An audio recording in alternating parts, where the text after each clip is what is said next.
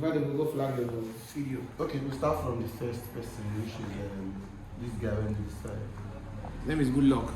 We start with Good Luck. So face as you. Am I good with this posture? Yes.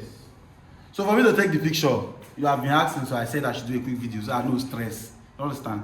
For me to take the picture, first of all, I have to set my camera to multiple exposure. Then turn it on. Once you turn it on, leave everything. 2 pictures, you can take 3, 4 pictures, but I'm using just 2. So the first shot, I'm going to be taking like this. So this is my first shot. These are my first shot. Look, so it's already showing there. So I have to now set my lights for the second picture, which is the other light. Now, if you check, it's that light that is on. So I can now arrange it the way I want to arrange it. I can even bring down that person, make that person smaller, so it will be inside this guy. But I want his face to come out a little. So I just do it like this. So when you do that, it takes some time to load.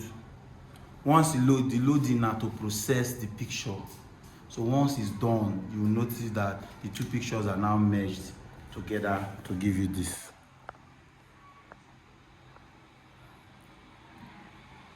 So it's just a very simple trick, you don't understand?